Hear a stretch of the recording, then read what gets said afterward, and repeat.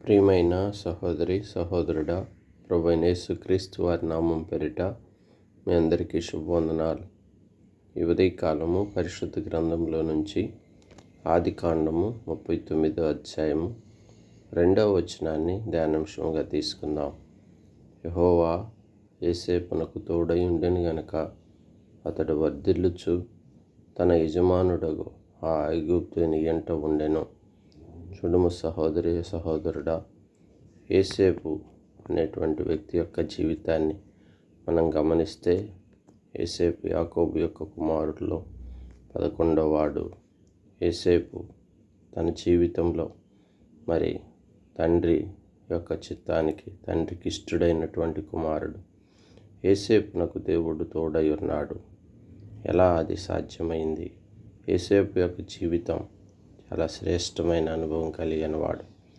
పుట్టడం 11వ వాడిగా పుట్టినప్పటికీ చాలా ఆత్మీయుడు. తన జీవితంలో ఏ పాపమునకు చోటు ఇవ్వలేదు.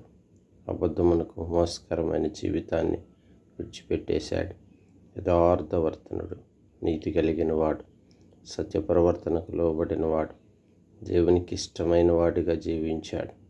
దేవుడు అందుకే యోసేపునకు ఆత్మజ్ఞానం ఇచ్చాడు.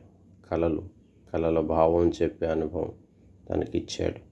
ఒకసారి యోసేపు పోతీఫర్ ఇంటిలో ఉంటున్నప్పుడు ఆ రాజ సంరక్షక సేనాధిపతి అయిన ఆ పోతీఫరు ఇంట యోసేపు ఉన్నంతకాలం ఆ ఇంటి వారిని ఎంతగానో ఆశీర్వదించాడు.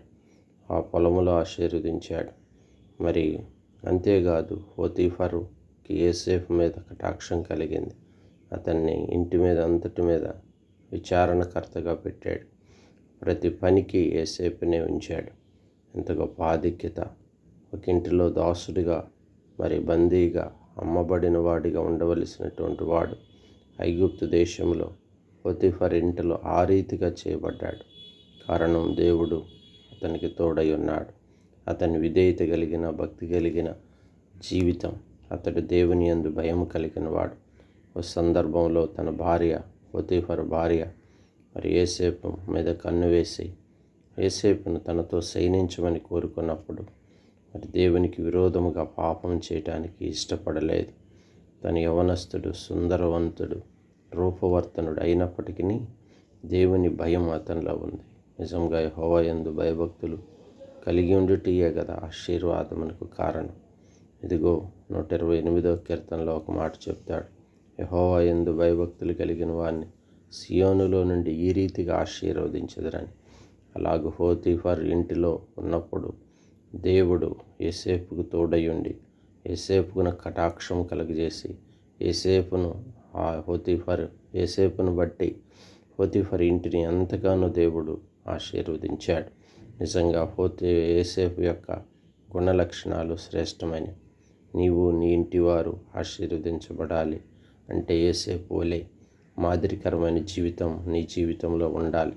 ప్రియ సహోదరి సహోదరుడా, అందుకే దేవుని వాక్యంలో దేవుడు తోడై ఉంటే కార్యములన్నీ చక్కబెట్టొచ్చు. అతడు చేయు పనులన్నీ సఫలమవుతున్నాయి. అతని చేతి పనులు సఫలమయ్యాయి. అక్కడ కాని దేశానికి వెళ్ళినప్పటికీ అతనికి దేవుడు తోడై ఉన్నాడు. దేవుని కటాక్షం తోడై ఉంది. దేవుని కనికరం అతనికి తోడై ఉంది. కారణం, అతని యొక్క భక్తి జీవితం, అతని యొక్క భయభక్తులు కలిగిన ఆత్మీయ అనుభవం, యోసేపు యొక్క శ్రేష్టమైన ఆత్మీయ జీవితం.